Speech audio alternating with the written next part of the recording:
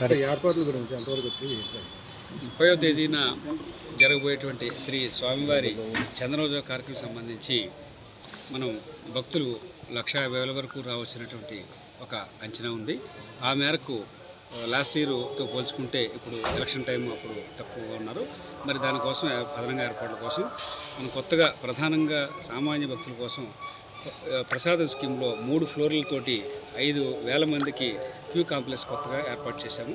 దాంట్లో మన అన్ని ఫెసిలిటీస్ తోటి సహా మనం చేయడం జరిగిందండి. ఇది అదనంగా మనం ఏర్పాటు చేసినటువంటి అంటే సామాన్య భక్తులకి ప్రాధాన్యత కోసం.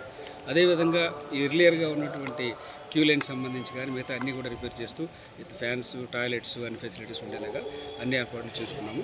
అలాగే మనం లోపలికి వెళ్ళిన తర్వాత బయటికి స్వామివారి దర్శనం తొందరగా అవడం కోసం ఆ 4 దశలు అక్కడ హైట్లో అంటే వీఐపీతో కలుపుకుంటే 5 రకాలైనటువంటి భక్తులు వెళ్ళే అవకాశం ఉంది కనుక క్యూ లైన్స్ ఉంటే కనుక ప్రతి లైన్ హైట్కి 7 ఇంచెస్ హైట్లో వాళ్ళందరూ కూడా దర్శనం ఫ్రీగా, పర్టికులర్గా మాట్లాడితే ఫ్రీ దర్శనం వాళ్ళు 300 వాళ్ళు అంత బాగా హైట్లో ఉండి స్వామివారిని బాగా చూసుకునే అవకాశం కూడా ఉంటుందండి. ఆ లెవెల్లో 7 ఇంచెస్ హైట్ డిఫరెన్స్ ఉండేలాగా మనం ఏర్పాటు చేయడం జరిగింది.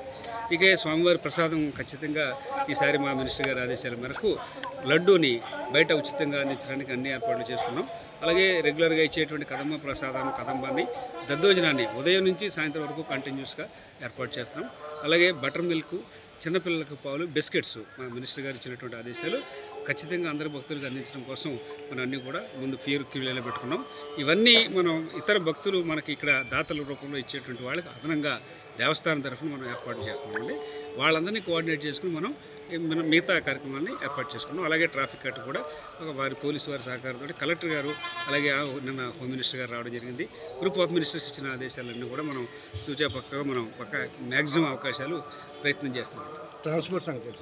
ట్రాన్స్పోర్ట్ సంబంధించి పబ్లిక్ అంతా కూడా సొంత వాహనాలు ఎక్కువ వస్తే పైన లిమిటెడ్ ట్రాన్స్పోర్ట్ ఉండటం వల్ల కేవలం ఒక మినిమం విఐపి ఎవరైతే లోపల మన దర్శనాలు ఉంటాయో వాళ్ళ వెహికల్స్ మాత్రమే మనం ఇవ్వడము. మిగతా అందరికీ కూడా చక్కగా ఒక 40 ఏసీ బస్సులు మనం 1,500 రూపాయలు వచ్చే వాడికి, అలాగే 15 ఇన్నోవాలు, ఏసీ ఇన్నోవాలు, అలాగే సామాన్య భక్తులు 300 రావడం కోసం 45 ఆర్టీసీ వారి దగ్గర బస్సులు మేము తీసుకుని దేవస్థానం నుంచే ఇవన్నీ మనం ఏర్పాటు చేస్తున్నాం.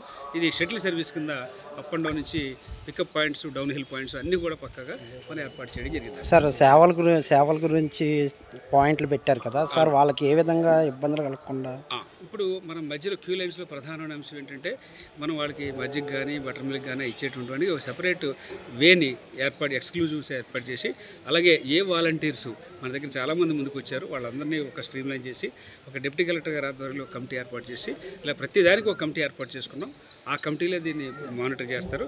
ఆ డిప్యూటీ కలెక్టర్ గారి ఆధ్వర్యంలో కమిటీ ఏం చేస్తామంటే ఏ ప్లేస్లో ఎవరు ఉండాలి, ఎలా చేయాలి అనేటువంటి డ్యూటీ వాళ్ళు కూడా షిఫ్ట్ ఎలా వెళ్ళాలి, అలాగే టెంపుల్ ఇన్సైడ్ వెళ్ళే వాళ్ళకి పర్టికులర్, ఎందుకంటే ఎక్కువ మంది వెళ్ళిపోకుండా వాలంటీర్ పేరుతో ఇంకోళ్ళ పేరుంటా క్యూఆర్ కోడ్ తోటి లోపలికి వెళ్ళేటువంటి స్టాఫ్కి డ్యూటీస్ పాస్ని ఆ విధంగా రిస్ట్రిక్ట్ చేస్తూ ఏర్పాటు చేయాలి. ఎంతమంది పోలీసు బందోబస్తు సార్ ఇవాళ మధ్యాహ్నం అక్కడ సిపి గారు కూడా వస్తున్నారు, భారీగా ఏర్పాటు చేశారు, వారు ఏర్పాటు చెప్తారు.